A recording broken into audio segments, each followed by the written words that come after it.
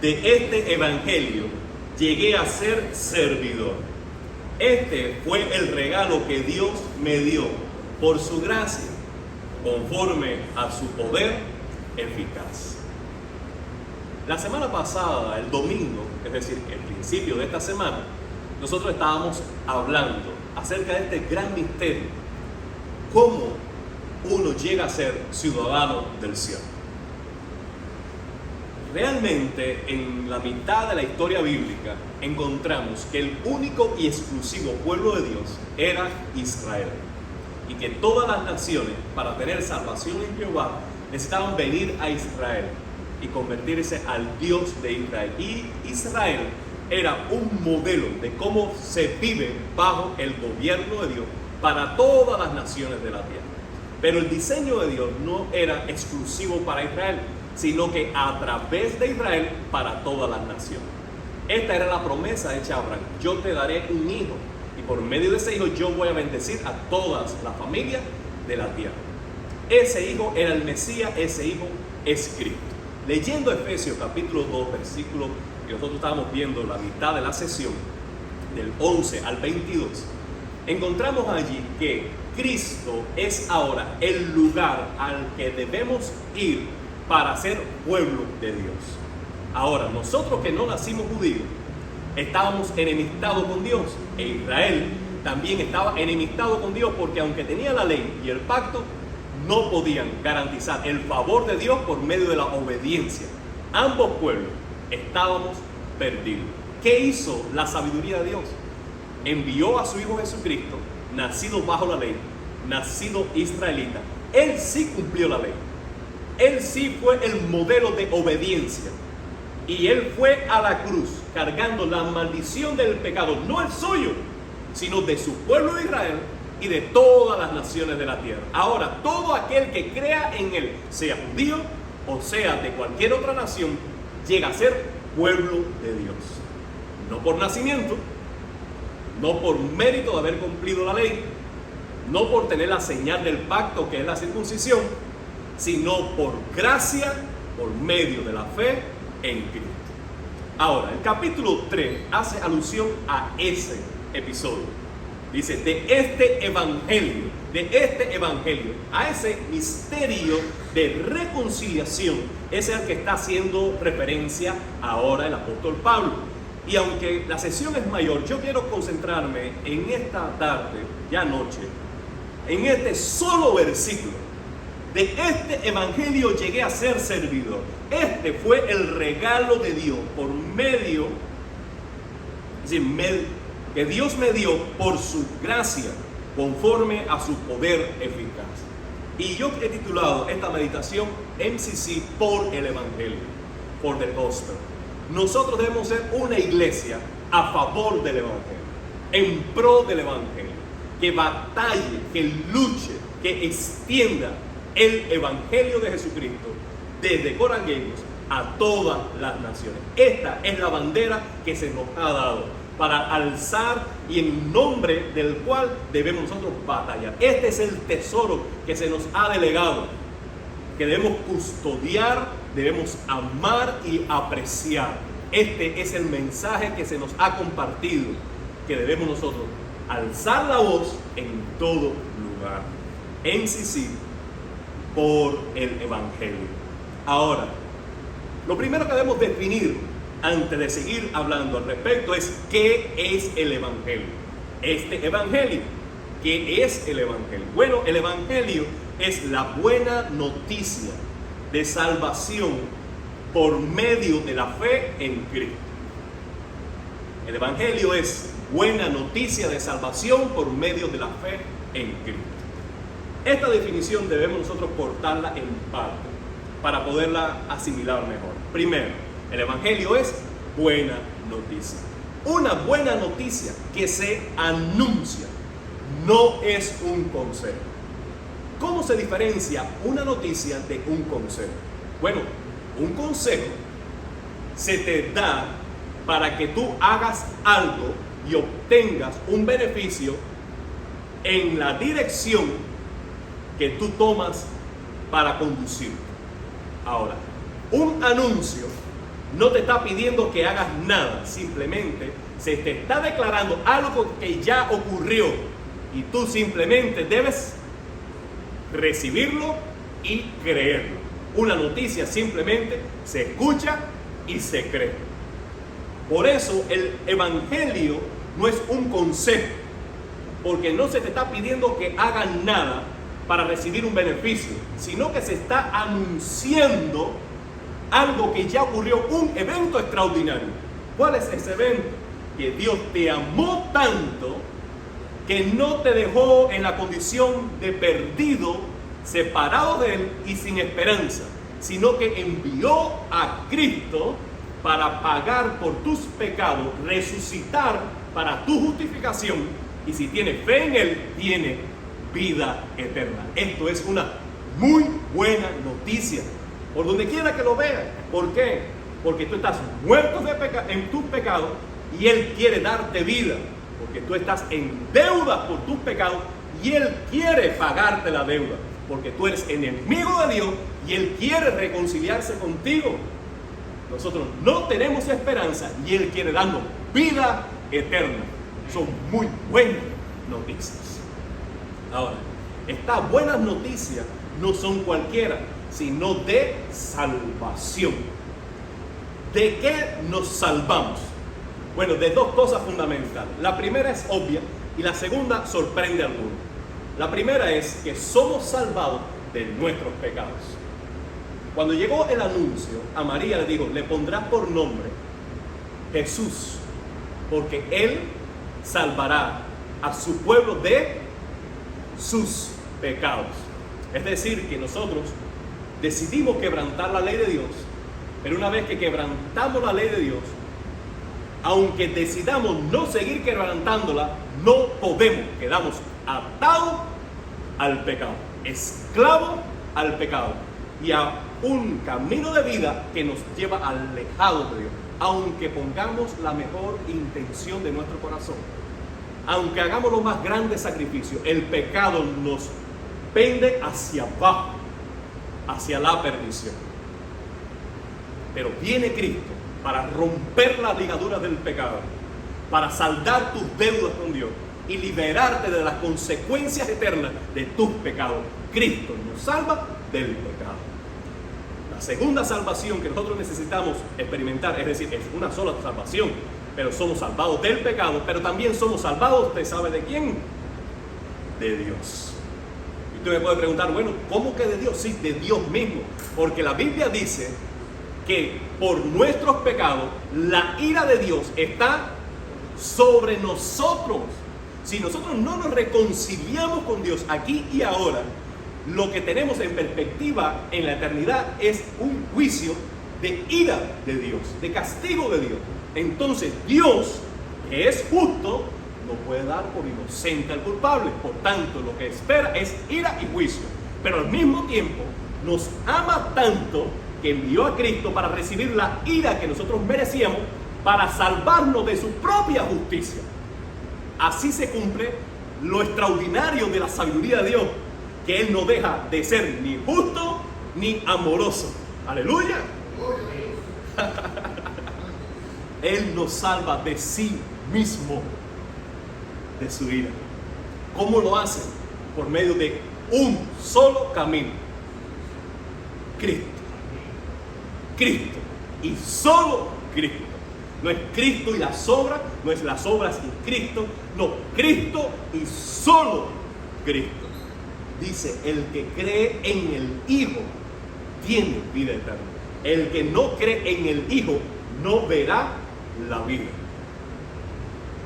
Quien tiene a Cristo tiene salvación. También nos dice Juan 5:12, el que tiene al Hijo tiene la vida. Aleluya. Pero el que rehúsa, el que se niega creer en Cristo, no verá la vida. No tiene la vida. Jesús mismo dijo, yo soy el camino. Nadie viene al Padre sino por mí. Y el apóstol dice este verso, porque hay un solo Dios, ¿puede decir amén? Y un solo mediador entre Dios y los hombres. ¿Y quién es? Jesucristo hecho hombre. Sí, son buenas noticias de salvación del pecado y de la ira de Dios por medio de Cristo y solo Cristo como mediador. Bueno, ¿cómo recibimos ese beneficio por medio de Cristo? Dice la Biblia, solo por la fe. Solo por la fe. En esto voy a citar un versículo extraordinario de Romanos capítulo 3. Romanos 3:22 dice: esta justicia de Dios llega a nuestra vida mediante la fe en Jesucristo, a todos los que en Él creen. De hecho, no hay distinción de personas. Todos hemos pecado, todos estamos privados de la gloria de Dios, pero por su gracia somos justificados gratuitamente mediante la redención que Cristo nos ofrece. Amén. Dios lo ofreció a Él como sacrificio para obtener el perdón de nuestros pecados, el cual se recibe por la fe en su sangre. Así demostró su justicia, porque a causa de su paciencia había ya pasado por alto por mucho tiempo nuestros pecados. Qué buena noticia. Solo necesitamos creer. Este evangelio, dice Pablo, tiene poder para salvar. Para muchos es tan sencillo que es una locura, porque la psicología humana nos inclina a pensar que para obtener un beneficio necesitamos esfuerzo, trabajo y sacrificio. Y para recibir un beneficio mayor necesitamos un sacrificio mayor.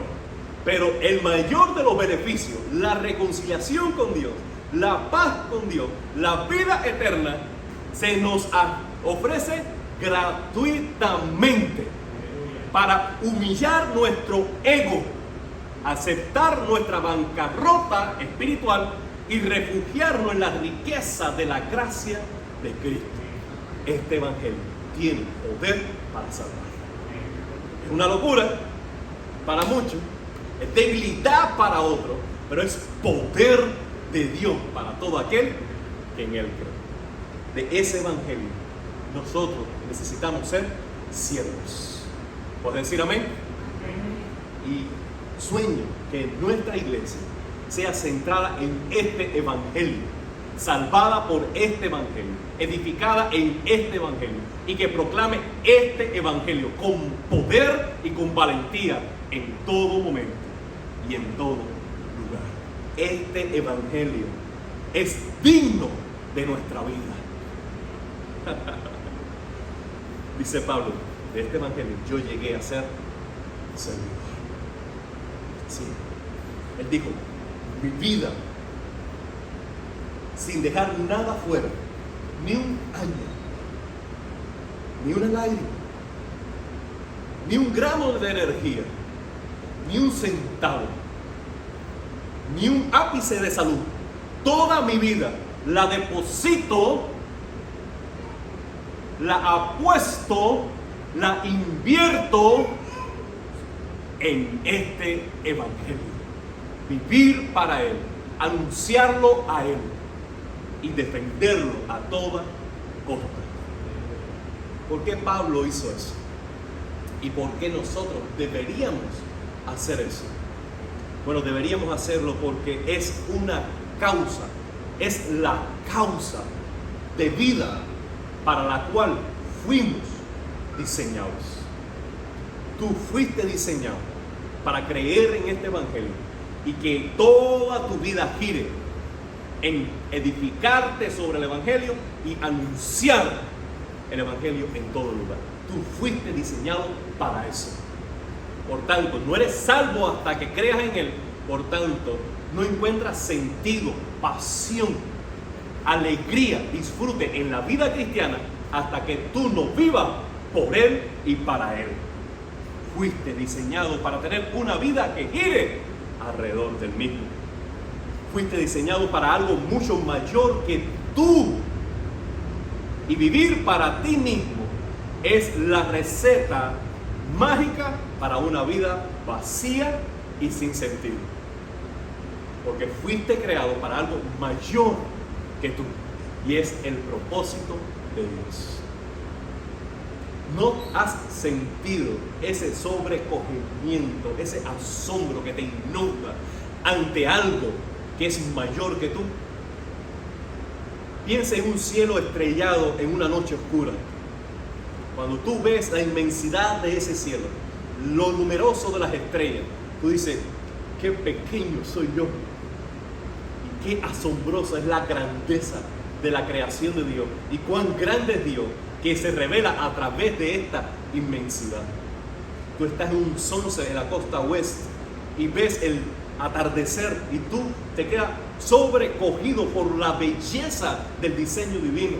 Tú vas al cañón del Colorado y esa inmensidad y los colores, las texturas y todo ese asombro te abruma, pero al mismo tiempo provoca en ti un estello de gozo y de felicidad. ¿Por qué? Porque tu alma fue diseñada para algo más grande que tú puedas apreciar, admirar y luego alabar con gozo.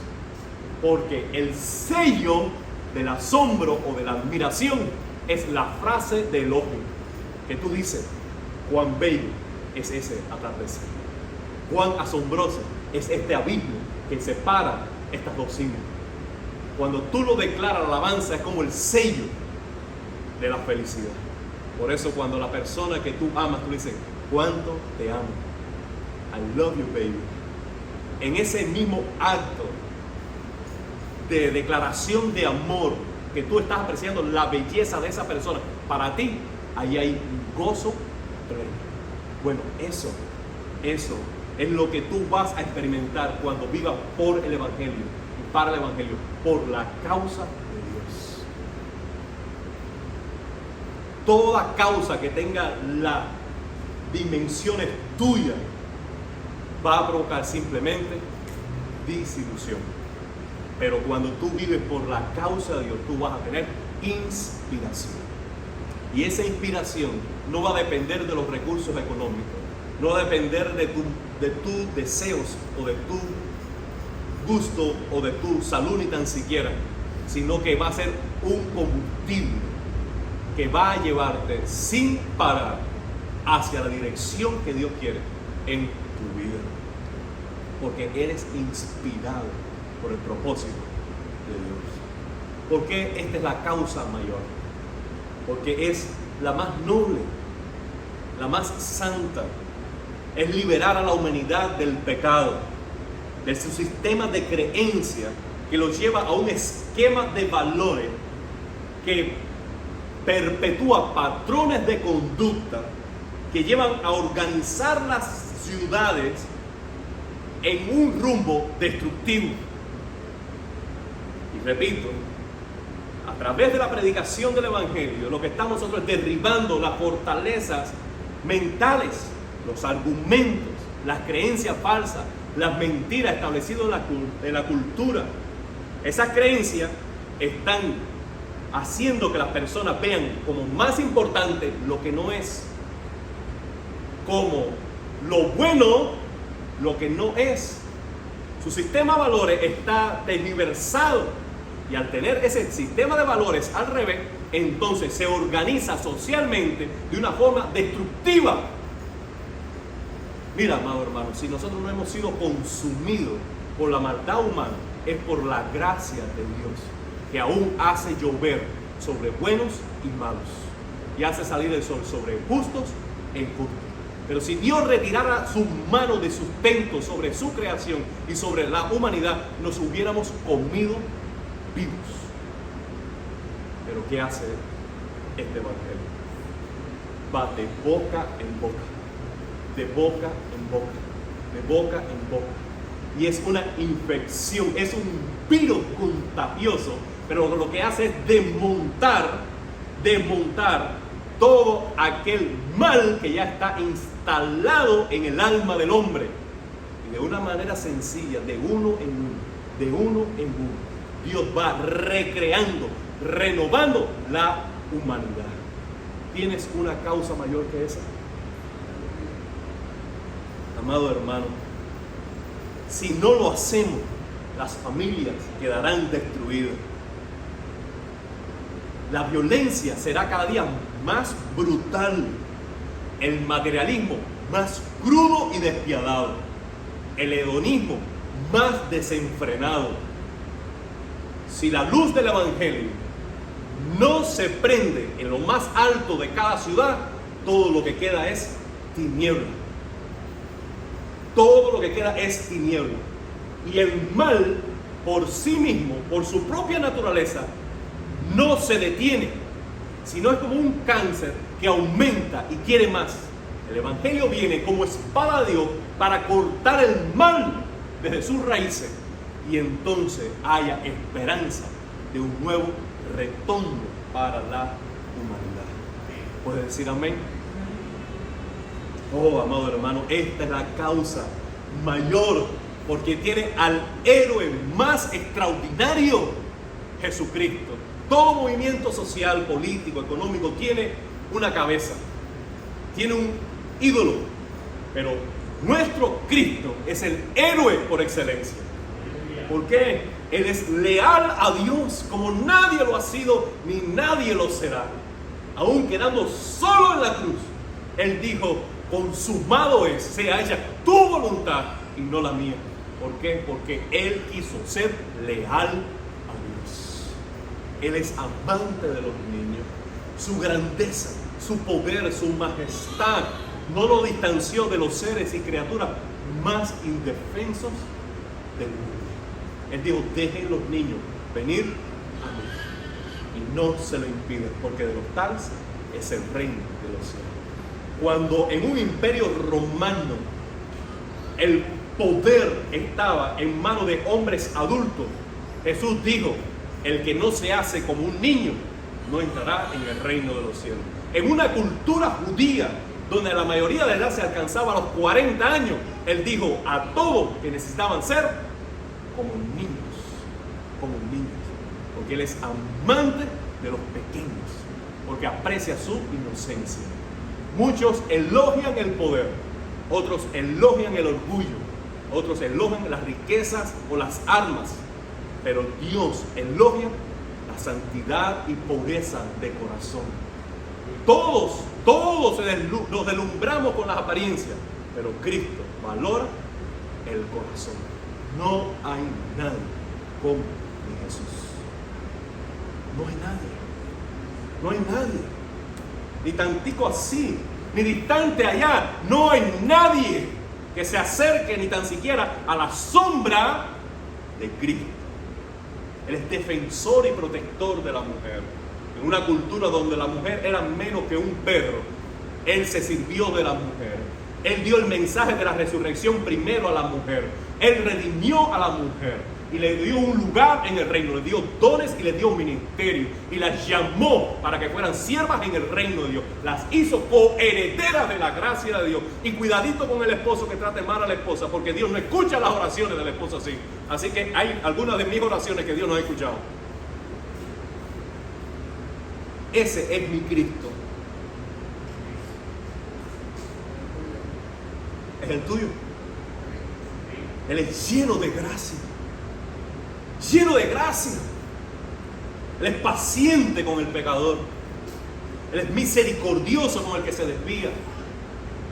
Él es amante de los que están distantes, sucios, quebrados por sus malas decisiones. Él no deja a las personas en el rumbo de sus propias malas decisiones, sino que los persigue a costa de su propia vida para salvar. Ese es mi Cristo. Él es valiente a toda costa. Fue valiente a favor de la verdad. Fue valiente para salvarme. Fue valiente para defender los intereses del Padre. Fue valiente para aferrarse a la cruz cuando tenía poder para descender. Él es valiente a toda costa. No hay nadie como Cristo.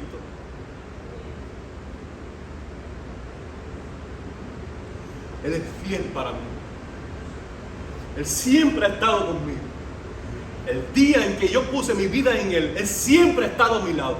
Nunca me ha dejado, nunca me ha defraudado, nunca me ha desamparado, nunca me ha avergonzado. Nunca y nunca lo hará. Nunca lo hará.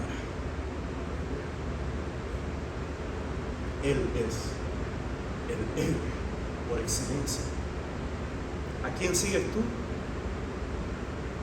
¿A quién tú sigues? ¿A Darwin? ¿A quién tú sigues? ¿Paul Washer? ¿David Platt? ¿Francis Chan? Basura. Sigue a Cristo. Adora a Cristo. Predica a Cristo. Ama a Cristo. Conoce a Cristo. Tu corazón estallará de pasión, de amor, de compasión, de valentía, de coraje, de fe, de temor de Dios, de deseo de santidad, de hambre y sed por su presencia. Nadie y nada como Él. Es un regalo de Dios. Un regalo de Dios llegar a ser siervo de Cristo para anunciar este evangelio. Un regalo. Dice Pablo que Él llegó a ser servidor. ¿Qué quiere decir eso? Que uno no nace siendo siervo de Dios. Uno espontáneamente, naturalmente, no llega a ser siervo de Dios. Uno necesita llegar a ser. Uno no lo es por naturaleza. Uno no lo es por inclinación. Uno no lo es por estadística, por pronóstico, por probabilidades. No lo es. Uno lo llega a ser. ¿Qué necesitamos para llegar a ser siervo de este evangelio? Por tanto, siervo de Cristo. Necesitamos dos cosas.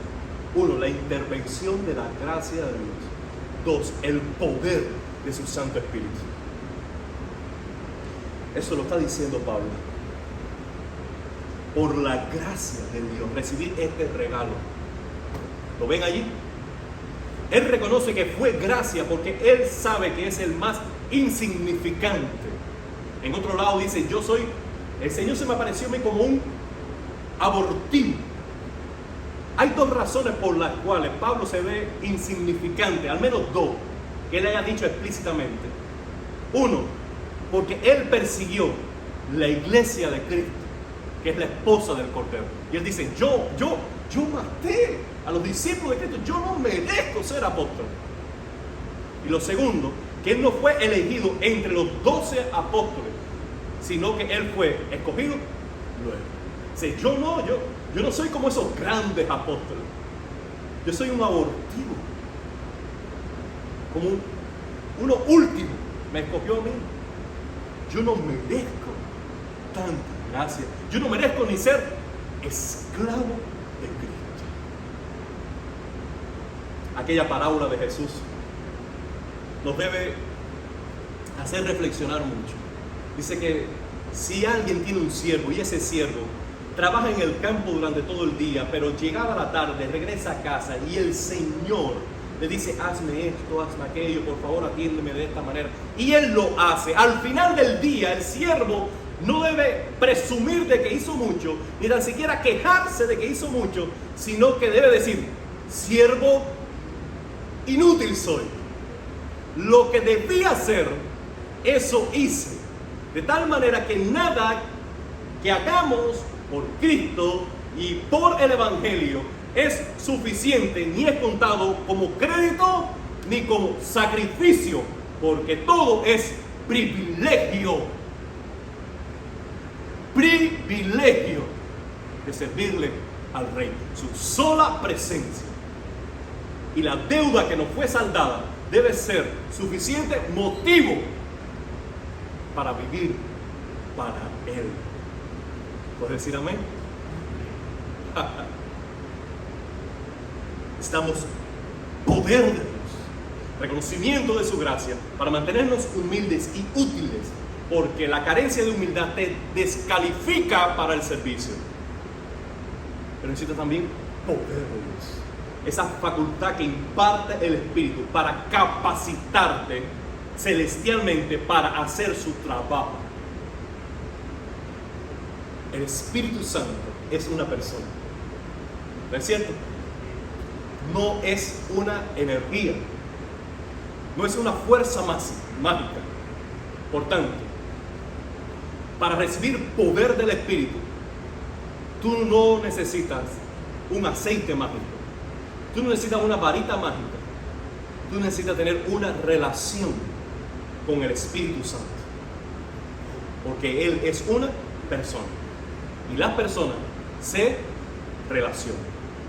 Ahora, en esa relación, tú debes reconocer su autoridad y que tu lugar es de sujeción a su voluntad. Ese es tu lugar en la relación con el Espíritu Santo. Si tú tomas tu lugar bajo la autoridad del Espíritu, ocurre algo extraordinario. Que mientras más te humille y más mengue bajo la autoridad del Espíritu, más te faculta Él para recibir y atesorar mayor poder y autoridad en su reino.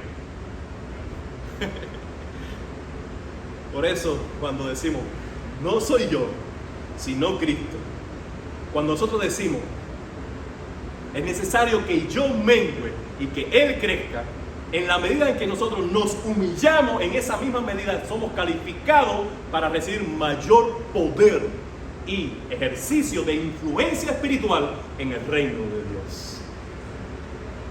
Sí, amado hermano, entonces recibes armas poderosas de Dios para destrucción de fortaleza.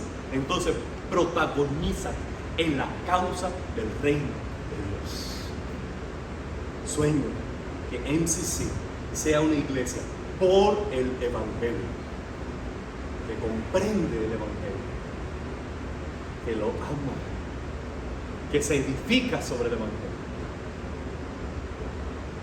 También que reconoce que todo lo que tiene, que todo lo que recibe, que cuanta persona llega es por la gracia de Dios, no por el buen desempeño de nada ni de nadie. Y que dependa absolutamente del poder del Espíritu para ejecutar lo más sencillo de la tarea misionera.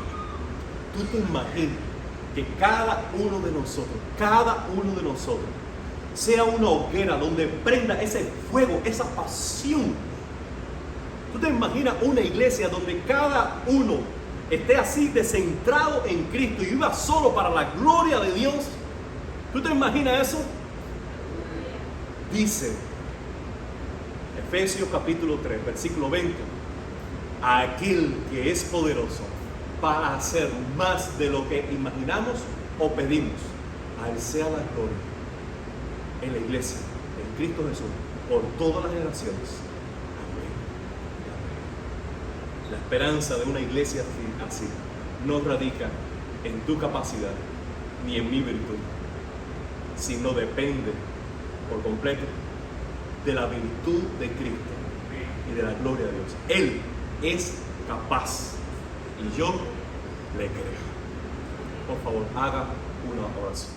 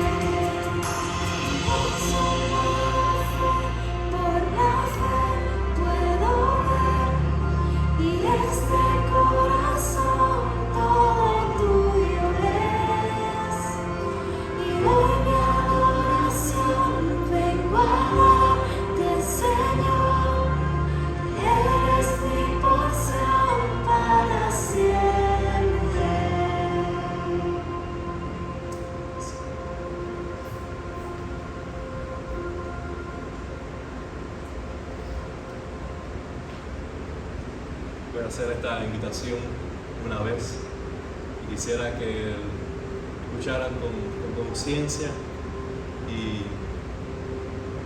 no solamente con el corazón, sino también con su intelecto, como dice la palabra del Señor. Si tú comprendes que el Evangelio es digno de tu vida y decides vivir centrado en Él para edificar tu vida y proclamarlo para la gloria de Dios, te pido que te pongas de pie y quiero orar por ti y que la gracia de Dios nos ayude. Póngase de pie allí donde está.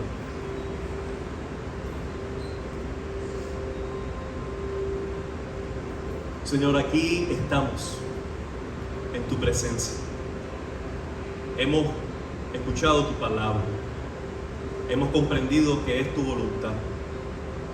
Que nosotros vivamos así, por la causa de Cristo. Pedimos esa gracia que tú dices que nos es necesaria y que tú estás dispuesto a impartir. Imparte ahora la gracia de Cristo en los corazones, liberando del pecado, liberándolo, Señor, de cualquier sistema de vida que le está atando y le está haciendo pesado el camino. Pedimos gracia para la liberación, para la renovación de la mente, para la transformación de la voluntad, para que haya un nuevo amanecer, un nuevo comienzo, un nuevo reinicio, un reset en el reino de los cielos a favor de mis hermanos. Padre Santo, oramos también por poder del Espíritu. Decidimos sujetar nuestra vida a la acción del Espíritu Santo. Llénanos del Espíritu, Dios. Llénanos del Espíritu. Que nosotros podamos ver el avance de la acción del Espíritu en nuestro corazón. Quitando ese corazón de piedra, poniendo un corazón de carne, cambiando los apetitos espirituales. Padre, que no sea sin sabor el pecado, que nosotros nos hastiemos de la vida de este mundo y que nosotros solo gustemos y hallemos dulce la vida en la luz. Padre Santo, opera ese poder majestuoso tuyo, no solo en el individuo, no solo en la individualidad de cada hermano, sino en conjunto en toda la iglesia. Que podamos nosotros percibir una atmósfera espiritual poderosa que aliente, inspire, motive hacia la santidad, la espiritualidad, la consagración y el coraje a favor de tu reino. Sí, Señor. Sí, Señor. En eso tendremos nuestro gozo completo. En el nombre de Cristo. Amén. Amén. Dios te bendiga. Salúdense unos a otros en el amor de Dios.